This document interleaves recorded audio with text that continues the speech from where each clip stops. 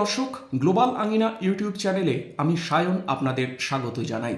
দর্শক, আজ আমরা এমন একটি প্রজেক্ট সম্বন্ধে আলোচনা করব যে প্রজেক্টটি আমাদের দেশের অর্থনীতি ও কৌশলগত অবস্থানকে বদলে দিতে পারে। হ্যাঁ, আমি বলছি গ্রেট নিকোবর ইনফ্রাস্ট্রাকচার প্রজেক্ট সম্পর্কে। প্রায় 90,000 কোটি টাকা ব্যয়ের এই প্রজেক্টটি ভারতের আন্দামান নিকোবর দ্বীপপুঞ্জের গ্রেট নিকোবর অংশে বাস্তবায়িত হতে চলেছে। কিন্তু এর সঙ্গে জড়িয়ে আছে পরিবেশগত উদ্বেগ, সেখানকার জীব বৈচিত্র্য, সেখানকার আদিবাসীদের জীবন জীবিকার সুরক্ষা, তাদের অধিকার এবং সবথেকে বড় কথা ন্যাশনাল গ্রিন ট্রাইব্যুনালের ছাড়পত্র পাওয়ার বিষয়টি। তো ইত্যাদি সমস্ত কিছু বিষয় নিয়েই আজকের এই ভিডিওতে আমরা আলোচনা করব।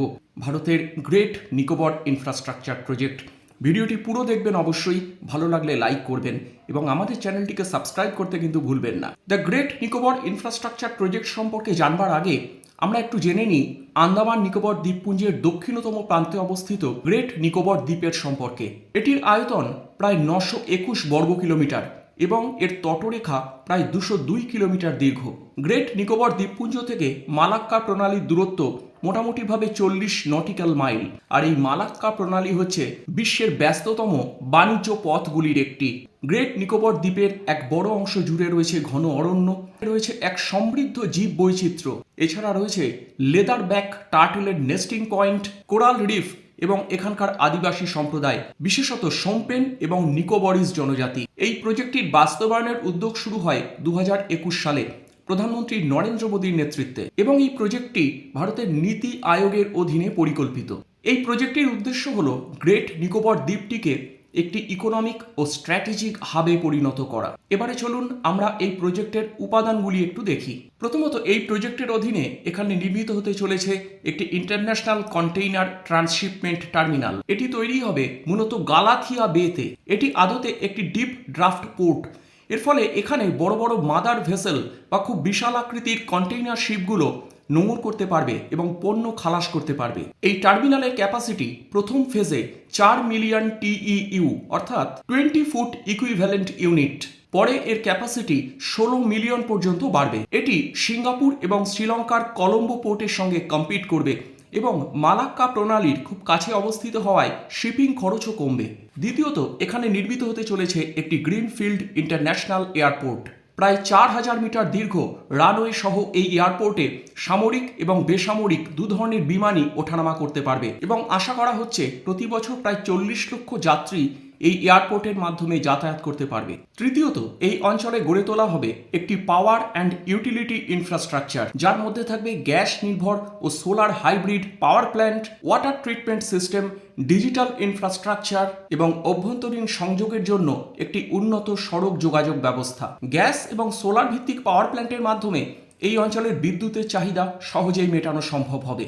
চতুর্থত, এখানে গড়ে তোলা হবে একটি টাউনশিপ ও ট্যুরিজম ইনফ্রাস্ট্রাকচার, যার মধ্যে অন্তর্ভুক্ত থাকবে রেসিডেন্সিয়াল কমপ্লেক্স, অফিস, হসপিটাল, প্রশাসনিক ভবন, স্কুল ইত্যাদি। এবারে আমরা দেখব এই প্রজেক্টের বাস্তবায়ন হলে কি কি সুবিধা পাওয়া যেতে পারে। প্রথমত, এই প্রজেক্টটি বাস্তবায়িত হলে এখান থেকে হাজার হাজার কর্মসংস্থান সৃষ্টি হওয়া সম্ভব। তাছাড়া এর ফলে এই অঞ্চলের ট্যুরিজম বুস্ট করবে এবং ভারতবর্ষ পরিণত হবে একটি গ্লোবাল ট্রান্সশিপমেন্ট হাবে। ভারত সরকারের মতে এই প্রজেক্ট ভারতের জিডিপিতে একটি ইতিবাচক অবদান রাখবে এবং ইন্ডিয়ান ওশান রিজিয়নে ভারতের প্রভাব বাড়াবে। কৌশলগতভাবে এই অঞ্চলটি মালাক্কা প্রণালীর খুব কাছে অবস্থিত, যে মালাক্কা প্রণালী দিয়ে বিভিন্ন সময়ে বিভিন্ন চীনা গুপ্তচর জাহাজ সাবমেরিন প্রবেশ করেছে। ফলে এই প্রজেক্টের কাজ সম্পূর্ণ হলে এখান থেকে ভারতের বিমান বাহিনী ও নৌবাহিনী এই গোটা অঞ্চলটির উপর নজরদারি করতে পারবে। অর্থাৎ ডিফেন্সের ক্ষেত্রেও এই প্রজেক্টটি অত্যন্ত কার্যকরী ভূমিকা নেবে। অনেকে আবার ভারতের এই প্রজেক্টটিকে চীনের বেল্ট অ্যান্ড রোড ইনিশিয়েটিভের প্রতিক্রিয়া হিসাবে দেখছেন। মেরিটাইম সার্ভেইল্যান্সের পাশাপাশি এই প্রজেক্টটি বাস্তবায়িত হলে ইন্দো প্যাসিফিক অঞ্চলে ভারতের গতিবিধি ও যাতায়াত অনেক বাড়বে। তবে এই প্রজেক্টটির ব্যাপারে কিছু উদ্বেগও কিন্তু রয়ে গিয়েছে। প্রথমত হচ্ছে পরিবেশগত উদ্বেগ। গ্রেট নিকোবর দ্বীপটি একটি বায়োস্ফিয়ার রিজার্ভ। এখানে রয়েছে দুষ্প্রাপ্য ফ্লোরা অ্যান্ড ফনা। এখানকার জলসীমায় দেখা মেলে অনেক বিরল প্রজাতির সামুদ্রিক জীবের। এছাড়া রয়েছে কোরাল রিফ।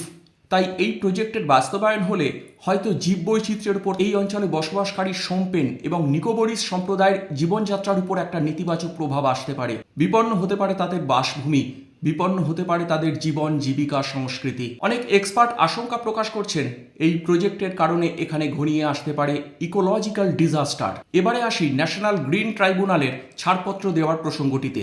2022 সালে ইউনিয়ন এনভায়রনমেন্ট মিনিস্ট্রি এই প্রজেক্টটিকে এনভায়রনমেন্টাল ক্লিয়ারেন্স দেয়, যেটিকে চ্যালেঞ্জ করা হয় ন্যাশনাল গ্রিন ট্রাইব্যুনালে। 2023 সালে ন্যাশনাল গ্রিন ট্রাইব্যুনাল একটি হাই পাওয়ার্ড কমিটি গঠন করে, যে কমিটি কোরাল রিফ, টার্টল নেস্টিং এবং ইকোলজিক্যাল জোনের কনসার্নের বিষয়টি দেখবে।